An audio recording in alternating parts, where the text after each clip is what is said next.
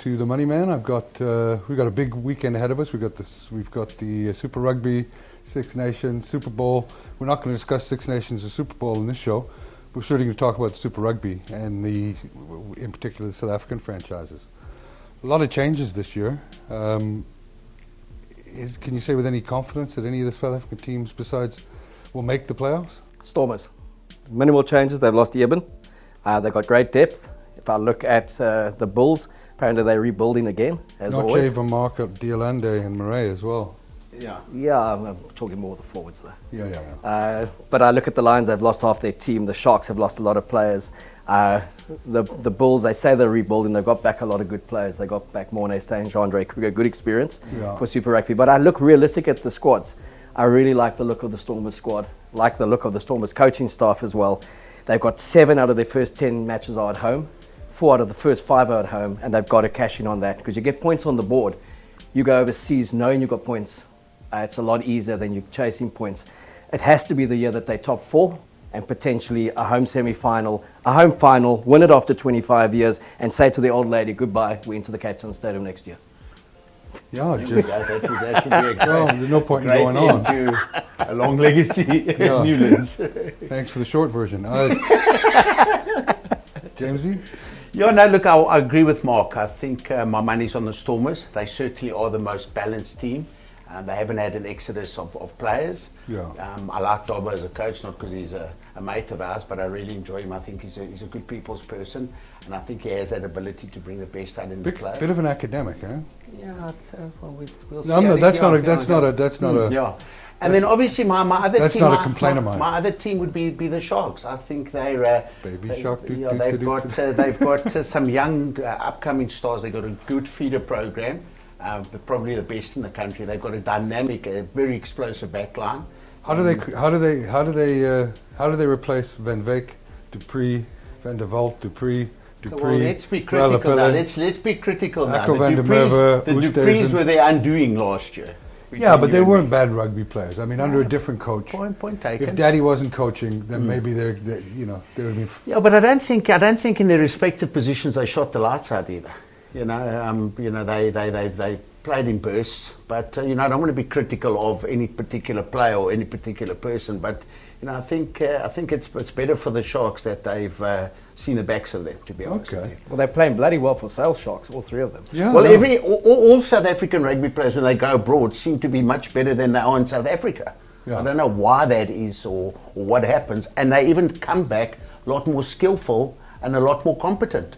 Yeah. Well, they don't have agents driving and delivering boots and PlayStation games. They've got to fend for themselves. Yeah.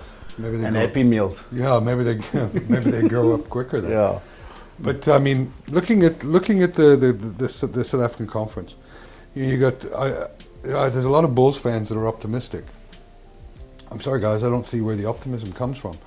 Skulpritz, De Jager, Jenkins, Snyman, Smith, Vermeulen, Pollard, Creel, Ishmael. There's a lot of talent going out. And to lose, and Lotte Jager as well, and to lose Dwayne Vermeulen and Skulpritz. Skulpritz was massive for them last year, as he was for the Springboks. Personality kind of in the team. Yeah. Absolutely. I mean, Jandre Kruger will add something at lock, and I like the fact that Morné Steyn has come back. He's probably got 2 years left, and between him and Manie Libbok, he'll learn a lot playing off a guy like Steyn, and you can also play Steyn at 12. But I don't see them being anything closer than a top 8 team. Yeah. And I like the Bulls. They're my favourite team. Sorry. Well, look, they were the best performing team last year, so out of the South African teams. But then there's also Willem Alberts that's come back, so he will also add a lot of experience and value. Although I don't know, maybe he's a little season over for the Lions. Well, we're going to really see. He's with the Lions. He's with the Lions. Yeah. We're going to really see. We're really going to see the academies of these franchises.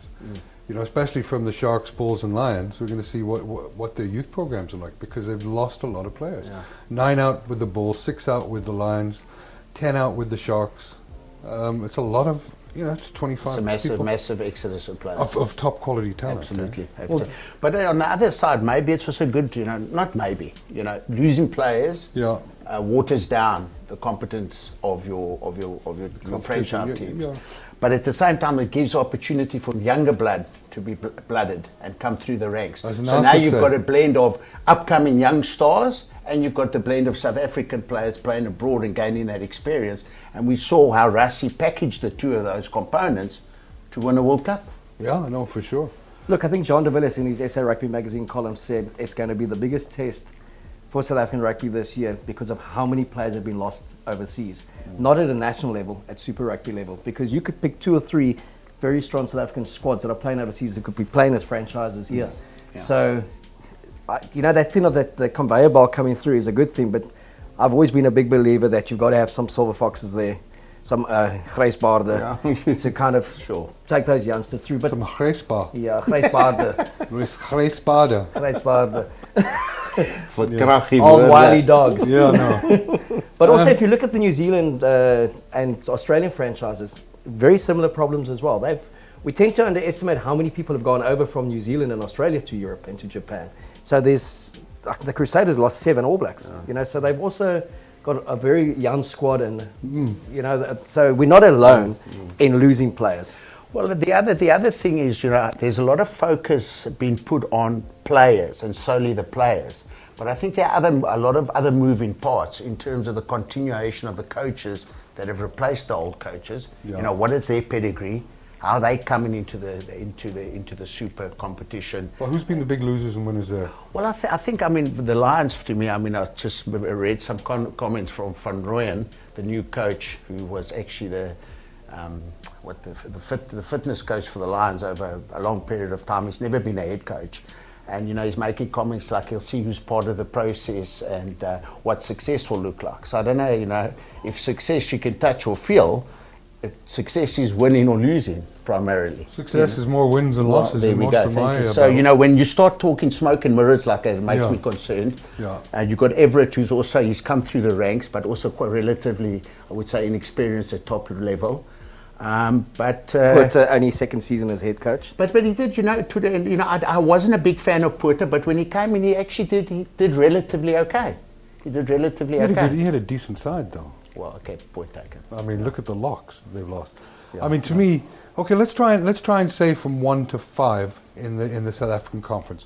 Who's going to finish 1? Who's going to finish 5? Let's put our balls on the line. I don't have first. Yeah, I would say definitely Stormers. 1, yeah.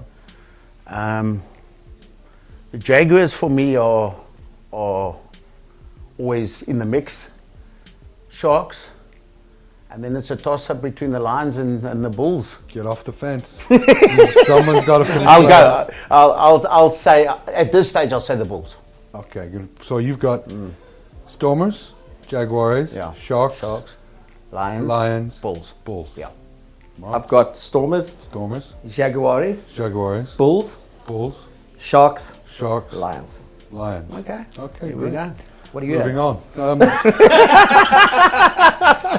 Get off the fence. Get off the fence. I'm going to say Stormers,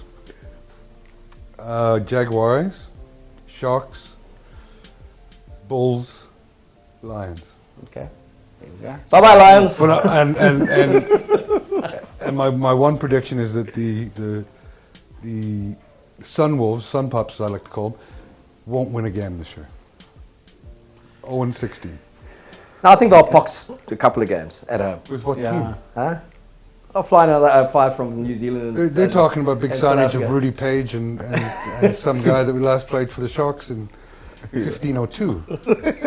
No, they'll get a game. They'll box 1 or 2. It's a long season. Yeah, it is a long season, and it's a tough competition. That's the problem. Yeah. If they don't win one soon, or quick, the season just, when you've only got 24 signed players, which is what they had up until about 2 weeks ago. That's cutting it very lean. You pick up 4 or 5 injuries. There's one team in the Japanese league that's releasing the Japanese players. Unfortunately for the Sunwolves, none of them played for Japan. I think they'll end last, but I do think they'll win the odd game. Yeah. I would put my house that they're going to end last. As we've seen with this competition, there are always upsets. Just like I think a lot of teams end the season but upset. Okay. So let's get into the Super Brew. This year I've got a Super Brew running, and it's almost as big as SA Rugby magazine out here. Thank God. Well done, guys. Thanks for the support. Please subscribe to my YouTube channel. I know I sound like one of those millennials now, but please subscribe to that, and please enter into all the competitions. I give away great prizes. Let's get to the Super Rugby round 1. The Bulls versus the Chiefs. Blues. Yeah, the Blues versus the Chiefs. Chiefs by 7. Yeah, I would. Minimum. I have Chiefs by 3. The Gatling factor. Gatling gun. The defense. Blues announced a pretty average team for me. But the Blues have been hot and cold, ridiculously. Non-performers. They are the Katy Perry of the Super Rugby. Haven't won a tournament for 17 years and won't win it again this year. No. Okay, so we're all saying Chiefs. Correct. The Brumbies versus the Reds. I'm going Reds to win away from home. Jeez, that's optimistic. Huh? And First game of the season. So ends Mark's Super Brew. No, Brumbies again for me. The Reds are also hot and cold. Me, Brumbies by 7. Yeah, I'm happy with that. Reds by 5. I'm going to be on your back. Now we have the Shacks versus the Bulls. The Shacks versus the Bulls. Shacks versus the Bulls. No, I think the Shacks. Shacks. Got Bulls by 10. Bulls by 10. Good Lord, Mark, have you been drinking? I've got Baby Shark by 10. Yeah. Sharks by 10 I for think me. the Sharks. Sunwolves versus the Rebels. Rebels. Rebels. Rebels were good last year. Rebels by 15. Yeah, Rebels were good last year. Yeah, I'm going relatively good. I've got Rebels by 13. Okay. Crusaders versus the Tars. Crusaders by 10. Crusaders by 15. Exactly what I have written down here. Go. Thank you very much. Studying my notes. And then we have the Stormers versus the Hurricanes. Who's going to blow hot and cold here? Well, listen, I've got to be careful. I live in the Western Cape, so I don't want them to throw bricks at me when I drive in public. So, but yes, I'm optimistic. That's only on the I'm optimistic that it's going to be the Stormers. I'm really hoping for a good season for the Stormers, and simply because of their big representation of World Cup Springboks. And I think it's they're really the only franchise, in my opinion, that can be really in contention for this competition. Yeah, I tend to agree with that, James. I've got the Stormers by 7. Marcus? Stormers by 15. I'll smash them. Wow. I'll smash them. You heard it first here, and never tune in again. Jaguars versus the Lions. That's a away game. That is in Buenos Aires. Yeah, I think Jaguars. Jaguars by 7. Jaguars by 15. Wing it. Jaguars by 10. Thanks, guys. I want to thank you for coming in. Great show. Yes, Thanks. thank you once again. Thank you, gentlemen. Thank you.